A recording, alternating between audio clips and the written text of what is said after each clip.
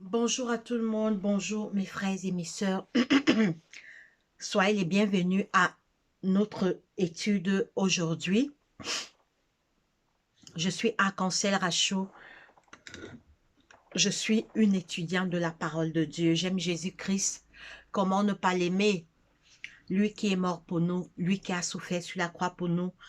Il a donné sa vie sur la croix pour nous sauver. Alors Jésus, quand il était sur la terre, il parlait souvent aux hommes en parabole. Il parlait souvent aux hommes en parabole. Alors, pourquoi Jésus parlait aux hommes en parabole? Parce qu'en fait, parfois quand il les parlait directement, les hommes n'écoutaient pas. C'est pourquoi parfois il préférait les parler en parabole. C'est pourquoi aujourd'hui, on va voir la parabole du filet. La parabole du filet et du bon grain. La parabole du filet et du bon grain. Ça se trouve dans Matthieu 30. On va d'abord lire Matthieu 13, 47. Nous allons d'abord prendre Matthieu 13, 47. Matthieu 13. Jésus, quand il était sur la terre, il parlait beaucoup en parabole. Matthieu 13, 47. Matthieu 13. Matthieu 13, 47. Matthieu 13, 47. Matthieu 13, 47, il est écrit. Matthieu 13, 47, il est écrit. Le royaume des cieux est encore semblable à un filet jeté dans la mer et ramassé des... Le royaume des cieux est encore semblable à un filet jeté dans la mer et ramassant des poissons de toute espèce. Quand il est rempli, les pêcheurs l'eau tirent et après s'être assis sur le rivage, ils mettent dans les vases ce qui est bon et ils jettent ce qui est mauvais. Il en sera de même à la fin du monde. Il en sera de même à la fin du monde. Les anges viendront séparer les méchants d'avec les bons et ils les jetteront dans la fournaise ardente où il y aura des pleurs et des grincements des dents. Alors,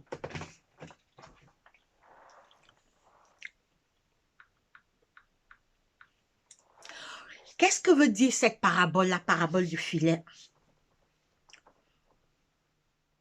Le royaume des cieux est encore semblable à un filet dans la mer et ramassant des poissons de toute espèce. Quand il est rempli, les pêcheurs tirent et après s'être assis sur le rivage, ils mettent dans les vases ce qui est bon et ils jettent ce qui est mauvais. Il en sera de même à la fin du monde. Les anges viendront séparer les méchants d'avec les bons, d'avec les justes, et ils les jetteront dans la fournaise ardente où il y aura des pleurs et des grincements de dents. C'est la prédication de l'évangile qui est symbolisée par l'acte de jeter le filet. Oui, c'est la prédication de l'évangile qui est symbolisée par l'acte de jeter le filet. Jésus les a parlé cette parabole, mais en réalité, cette parabole représente ce qui va se passer à la fin du monde, ce qui va se passer à la fin des temps. C'est la prédication de l'évangile. Maintenant, on prêche l'évangile, on annonce aux hommes la bonne nouvelle du salut du royaume des cieux. Jésus dit aux gens, acceptez-moi, je suis venu sur la terre, je suis mort pour vous, j'ai souffert pour vous, j'ai donné ma vie sur la croix pour vous. On nous annonce l'évangile. C'est la prédication de l'évangile qui se symbolise, c'est la prédication de l'évangile qui est symbolisée par l'acte de jeter le filet. Ce dernier rassemble dans l'Église bon et mauvais. Lorsque l'œuvre d'évangélisation sera terminée, le jugement se chargera de procéder au criage. Oui, c'est ce qui se passe maintenant, mes frères et mes sœurs, de nos jours. Jésus tend sa main, saisissez ma main, saisissez ma main. Jésus supplie, revenez à moi. Jésus appelle les pécheurs à la repentance. Jésus appelle ceux qui... Jésus nous appelle tous à la repentance parce que nous sommes tous des pécheurs. Mais Jésus veut nous sauver. Jésus veut qu'on change. Jésus dit, si tu es un menteur, laisse. Si tu es un voleur, laisse. Si tu es un jaloux, laisse. Reviens à moi. Si tu es un rancunier, laisse. Si tu es un adultère, laisse. Reviens. Laisse le mal. Fais le bien. Accepte-moi. Mes frères et mes sœurs,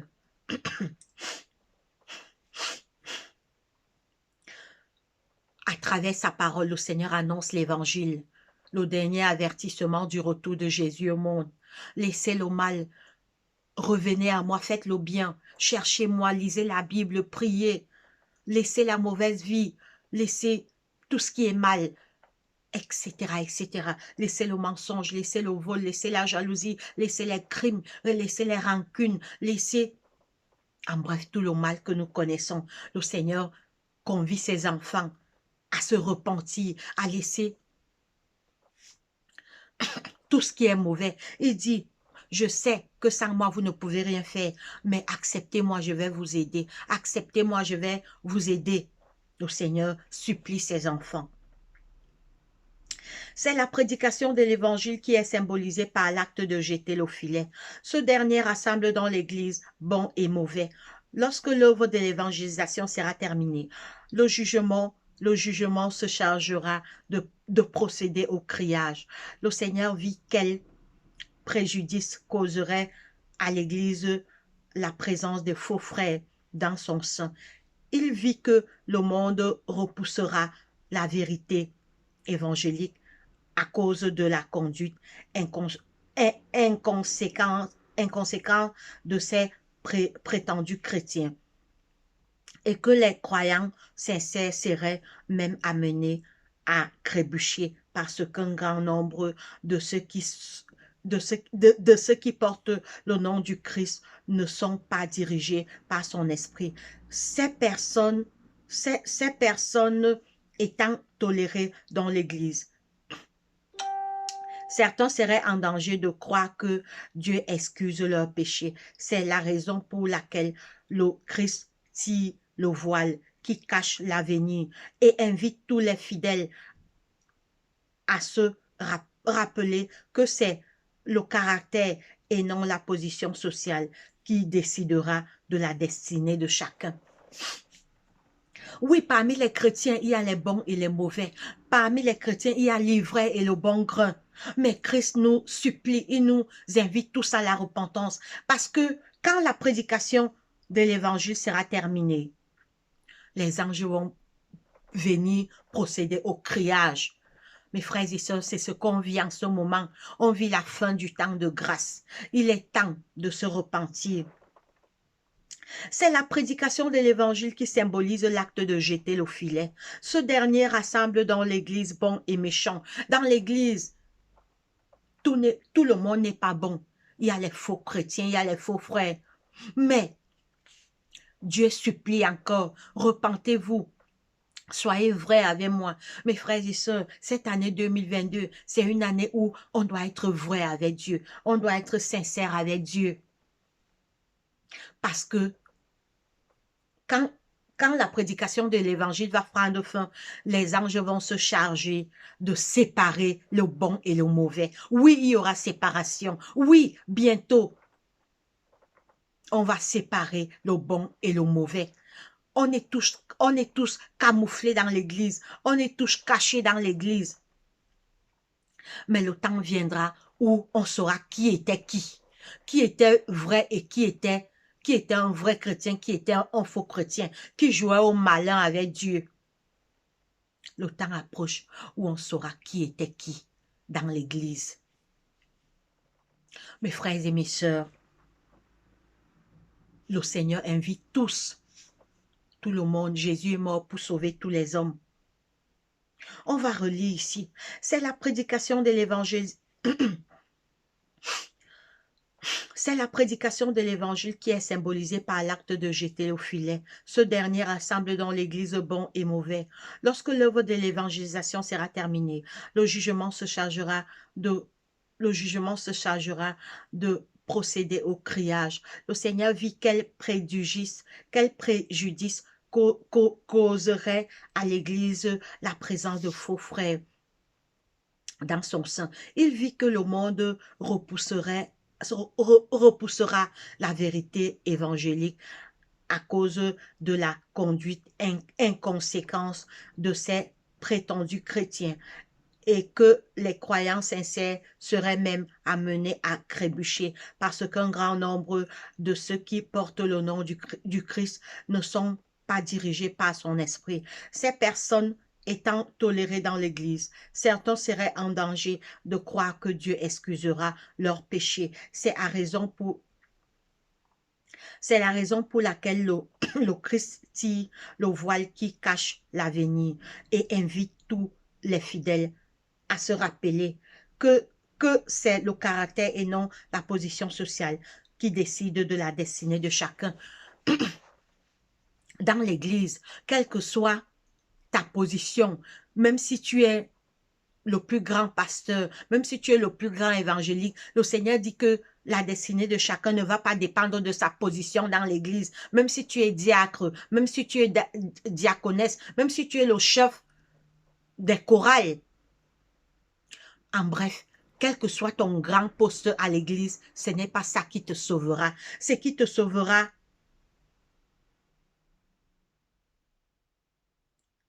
c'est le caractère et non la position sociale à l'église. Il y a les gens qui se cramponnent dans l'église. Ah, je suis directeur dans l'église. J'ai un grand poste. Ça ne te sauvera pas. Ça ne me sauvera pas. Ce qui nous sauvera, mes frères et mes sœurs, c'est le caractère. Est-ce qu'on craint Dieu? Est-ce qu'on aime Dieu? Est-ce qu'on fait sa volonté? Est-ce qu'on s'éloigne du mal? C'est ça qui va nous sauver. Donc, cette parabole du filet, nous verrons souvent beaucoup de paraboles. Cette parabole, c'est une parabole qui concerne le retour de Jésus. Dans l'église, il y a le faux et le vrai et le bon grain. Et parfois, le faux influence les vrais chrétiens. Le comportement des faux chrétiens influence les vrais chrétiens. Il risque même d'imiter le comportement des faux chrétiens. Mais Dieu nous appelle tous à nous repentir, car le royaume des cieux est proche, car Jésus revient bientôt. C'est pourquoi je vais reprendre le premier. Le royaume des cieux est encore semblable à un filet jeté dans la mer et ramassant des poissons de toute espèce. Quand il est rempli, les pêcheurs le tirent et après s'être assis sur le rivage, ils mettent dans les vases ce qui est bon et ils jettent ce qui est mauvais. Il en sera de même à la fin du monde. Oui, cette parabole symbolise la fin du monde, ce qui va se passer à la fin du monde au retour de Jésus. Et après s'être assis sur le rivage, ils mettent dans les vases ce qui est bon et ils jettent ce qui est mauvais. Il en sera de même à la fin du monde. Les anges viendront séparer les méchants d'avec les justes et ils les jetteront dans la fournaise ardente où il y aura des pleurs et des grincements des dents. Les anges viendront séparer les vrais chrétiens. Les chrétiens qui étaient vrais avec Dieu, les chrétiens qui étaient sincères avec Dieu, les chrétiens dans l'église, qui aimaient Dieu, qui ont accepté Jésus avec un cœur pur, qui s'éloignent du mal et qui font la volonté de Dieu, mes frères et mes sœurs.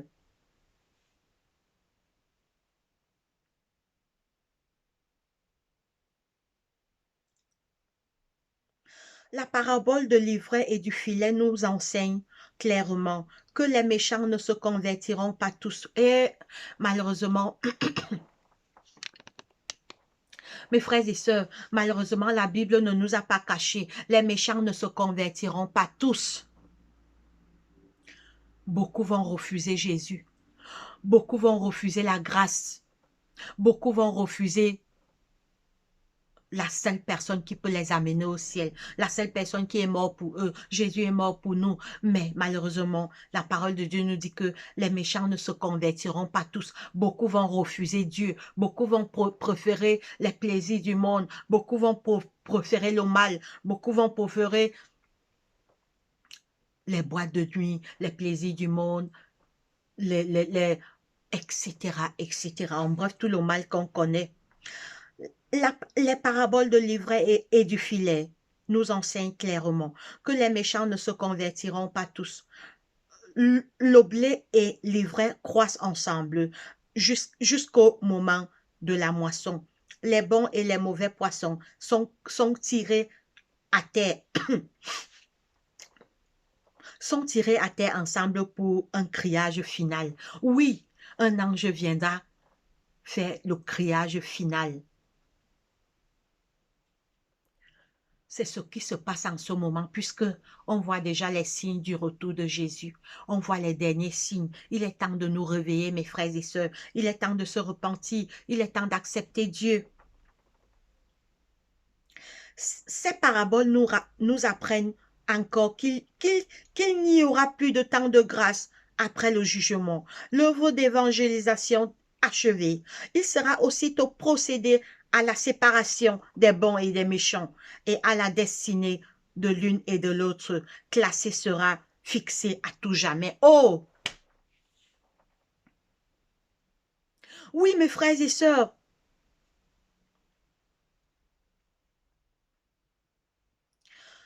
ces paraboles nous apprennent encore qu'il n'y aura plus de temps de grâce. Oui, on voit les signes du retour de Jésus, donc le temps est court. Ces paraboles nous apprennent encore qu'il n'y aura plus de temps de grâce après le jugement. Jésus, où est Jésus depuis 2000 ans? Jésus est dans le sanctuaire céleste. Jésus intercède pour nous. Il joue le rôle d'avocat auprès du Père. Mais quand le jugement sera terminé, Jésus est où depuis 2000 ans? Il a dit dans Jean 14, verset 1 à 3, qu'il part nous préparer des places et il reviendra. Mais est-ce que c'est les maisons qui sont conçues depuis 2000 ans, puisque Dieu a créé ce monde seulement en 6 jours? Il fait donc quoi depuis 2000 ans? Jésus n'est pas encore venu. Pourquoi? Jésus scelle les noms des bons et des méchants dans le livre de vie et le livre de perdition. La parole de Dieu ne nous a pas cachés. La parole de Dieu nous a tout révélé, mes frères et mes sœurs. Ces paraboles nous apprennent encore qu'il n'y aura plus de temps de grâce après le jugement. L'œuvre de l'évangélisation achevée, il sera aussitôt procédé à la séparation des bons et des méchants, et la destinée de l'une et de l'autre sera fixée à tout jamais. Oui, la destinée de tout homme sera fixée à tout jamais. C'est le moment de se réveiller. C'est le moment de laisser le mal, de laisser le mensonge, de laisser la haine, de laisser la jalousie, de laisser les crimes, les assassinats, les rancunes, les divisions, etc., etc. C'est le moment de laisser le mal et de suivre Dieu, mes frères et mes sœurs. Parce que dès que Jésus va finir son travail dans le sanctuaire céleste, il n'y aura plus de temps. Pourquoi Jésus n'est pas encore revenu? Les gens se posent sur la question, pourquoi depuis Jésus n'est pas encore revenu? Ça fait 2000 ans qu'il est parti. Il fait quoi au ciel? Jésus est dans le sanctuaire céleste. Le jugement est en train de se dérouler. On inscrit les noms des bons et des méchants dans 2 livres. Mais la grâce est toujours là. Il invite les hommes. Repentons-nous, repentez-vous. Dieu ne veut pas la destruction de... Dieu ne veut la destruction de personne. Oh, quelle bonne nouvelle, quelle joie. Dieu ne veut la destruction de personne. Dis-leur, je suis vivant, dit le Seigneur l'Éternel. Ce que je désire, ce n'est pas que le méchant meure, c'est qu'il change de conduite et qu'il vive. Revenez, revenez de votre mauvaise voie. Et pourquoi mourriez-vous, maison d'Israël? Oh, écoutez ce que Dieu dit. Dieu dit qu'il ne veut pas la mort du méchant. On va lire ça dans Ézéchiel 11, 33. Ézéchiel. Nous allons lire Ézéchiel 11, 33. Ézéchiel 11, 33.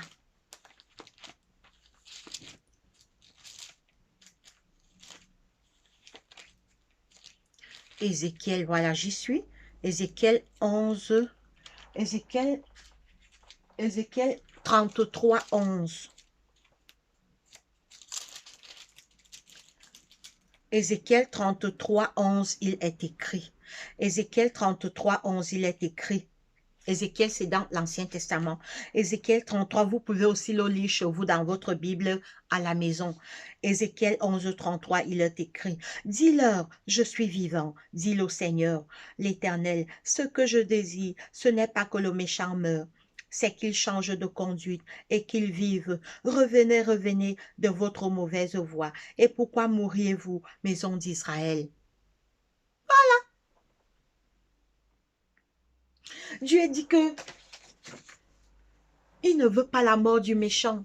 Jésus est mort pour que tous les hommes soient sauvés, pour que tous les hommes soient au ciel. Jésus est mort pour que tous les hommes soient sauvés. Jésus est mort pour que tous les hommes soient au ciel, mes frères et mes sœurs. Ces paraboles nous apprennent encore qu'il n'y aura plus de temps de grâce après le jugement.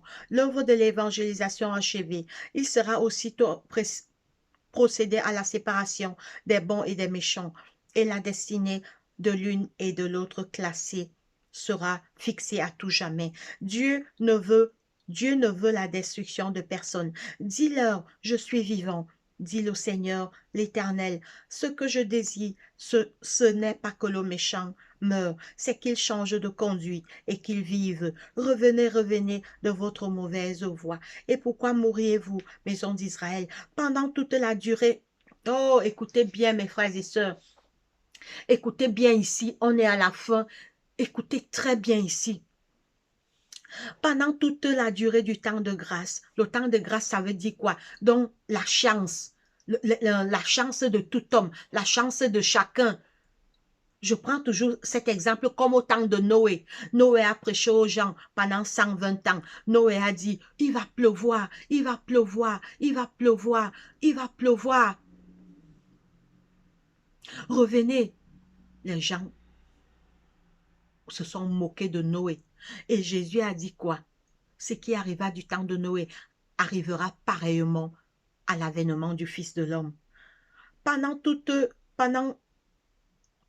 la durée du temps de grâce, son esprit convie les hommes à accepter le don de la vie éternelle. Seuls ceux qui rejettent son appel périront. Seuls ceux qui rejettent son appel périront. Seuls ceux qui vont rejeter la souffrance que Jésus a consentie sur la croix. Mais oui, puisqu'ils ne seront pas couverts par son sang, c'est ceux qui acceptent Jésus qui seront couverts par son sang. C'est clair. Quelqu'un vient, c'est comme un condamné à mort. Je vous raconte une histoire. Il y avait un condamné à mort. Il y avait un condamné à mort. Sa mère est allée voir le procureur. Sa mère était allée voir le procureur. C'était son fils unique. Sa mère a supplié le procureur. Sa mère a dit au procureur, pardon, aide mon enfant, c'est mon fils unique. Il est tout pour moi. Je n'ai pas d'autre fils. Aide mon fils. Ne laisse pas qu'on le condamne à mort. Sauve mon fils. Le procureur est parti à la prison. Il est allé rencontrer le fils de la dame. Maintenant, quand il est entré à la prison, dès que il a dit, ah, il n'a pas dit qui il est, il n'a pas dit qui il est. Il a seulement dit que, bonjour, je veux parler avec vous. Dès que le jeune homme a vu au procureur, il a dit, partez, je ne veux pas vous voir, je ne veux pas vous voir, je ne veux pas. Le procureur lui dit que ce que je suis venu te dire est très important, ça va t'aider. Il dit, non, je ne veux pas, sors, sors, sors. Il a chassé le procureur. Maintenant, quand le procureur est parti, le gardien de prison vient lui dire que, « Hey, mon frère, tu as eu la visite du procureur, qu'est-ce qu'il est venu te dire? » Le gars, il est tombé, il est tombé en pleurant, il dit, « Hey, c'était le procureur. Ouais, je ne savais pas, j'ai laissé ma dernière chance partir, j'ai laissé ma grâce partir. C'était le procureur, il a commencé à pleurer, mais c'était trop tard, le procureur était déjà parti. Il a commencé à pleurer, il a dit, ouais, c'était le procureur. Ouais, ouais, c'est pas possible, comment j'ai refusé. En fait, il croyait que c'est toujours les pasteurs, parce qu'en fait, les hommes de Dieu partent souvent dans les prisons pour prêcher. Les hommes de Dieu partent souvent dans les prisons pour prêcher aux prisonniers. Il s'est donc dit que c'est un homme de Dieu, c'est un pasteur ou un prêtre qui est encore venu le déranger avec l'évangile. C'est pourquoi il a chassé, il a dit, partez là-bas, vous venez toujours me déranger avec vos prédications, vos évangiles, là, je ne veux pas. Alors que c'était le procureur. Maintenant, quand le gardien de prison vient lui dire que, mon frère, qu'est-ce que le procureur est venu te dire? Il a commencé, il a fondu en larmes. Il a dit, ouais, j'ai laissé ma dernière chance passer. Je serai condamné à mort. C'était le procureur. C'est la même chose. En fait, c'est juste un exemple. C'est la même chose avec Jésus. Jésus nous supplie, Jésus nous tend la main.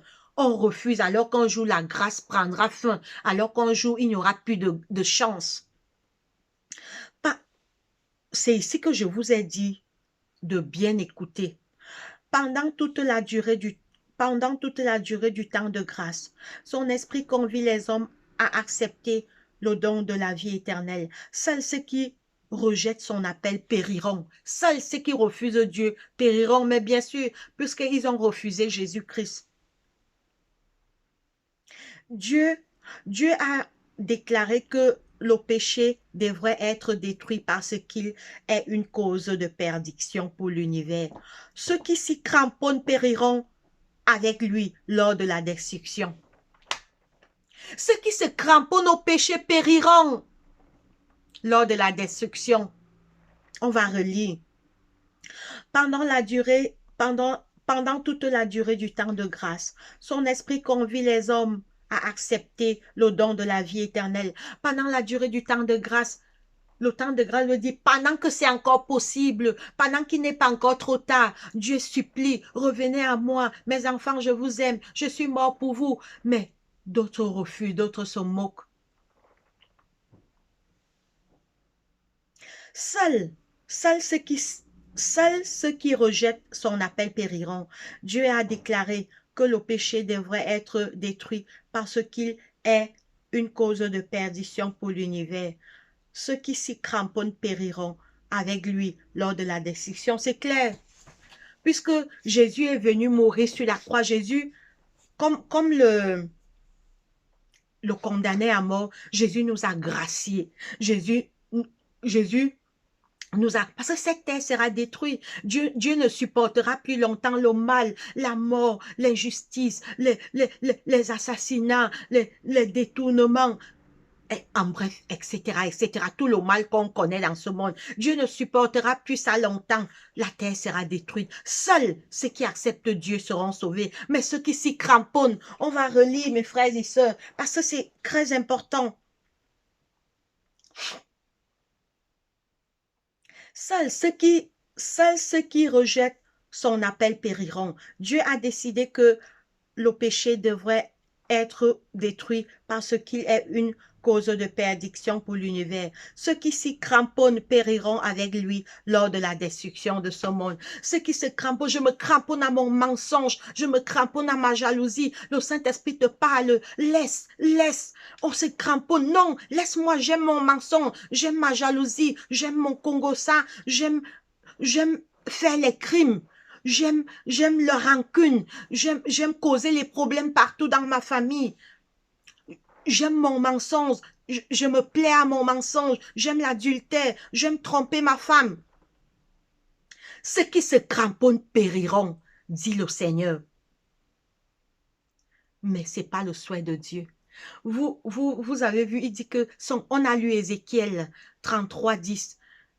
Il dit que son souhait, ce n'est pas que le méchant meure, mais qu'il change de conduite et qu'il vive. Dieu nous tend la main. Dieu nous lance l'appel afin de nous repentir. Mes frères et mes sœurs, nous sommes arrivés au terme de notre étude. On a étudié la parabole du filet. Repentons-nous. Repentons-nous. Le souhait de Dieu, c'est de nous sauver. Jésus est mort pour nous sauver, mais il ne supportera plus ce monde de méchanceté longtemps. Un jour, il faudra bien mettre fin à ce monde. Et seuls ceux qui acceptent Jésus seront sauvés. Ceux qui rejettent Jésus périront. Ceux qui s'y cramponnent dans leur péché, Jésus leur supplie, laisse le mensonge, laisse la jalousie, laisse la haine, laisse la rancune, laisse les querelles. Fais le bien. Sois quelqu'un de bien sur la terre. Cherche Dieu. Seuls ceux qui s'y cramponnent périront. Prions. Seigneur Dieu, notre Père, notre Roi, merci de nous avoir encore enseigné cette parabole du filet et du bon grain. Aide-nous à revenir vers toi, fais ta volonté. Détourne nos cœurs du mal, pardonne nos péchés commis contre toi, attire nos cœurs vers toi. Donne-nous la force de prier chaque jour, de lire ta parole. Éloigne nos cœurs du mal, Seigneur. De nous-mêmes, nous ne pouvons pas. Aide-nous. Aide-nous à faire le bien. Aide-nous à faire ta volonté. Aide-nous à prier et à lire ta parole, Seigneur Dieu. Attire nos cœurs vers toi chaque jour. Je te présente les malades dans les hôpitaux, les prisonniers, les aveugles, les lépreux, les enfants de la rue, toutes les familles endeuillées. Viens à leur secours, viens au secours de tous ceux qui souffrent dans ce monde, ceux qui crient à toi, viens à leur secours, papa. Viens dans nos familles, Seigneur. Pardonne les péchés des membres de nos familles. Active les cœurs des membres de nos familles vers toi. Protège nos familles de tout danger, de tout mal, Seigneur. Envoie la paix, l'amour, la joie dans nos familles, Père éternel. Protège-nous par tes anges de tout danger. Active nos cœurs vers toi, papa. C'est au nom de Jésus-Christ, notre Roi et Seigneur, que nous t'avons ainsi prié. Amen. Nous sommes arrivés au terme de notre étude. Portez-vous bien. Allez, bye bye. À la prochaine vidéo.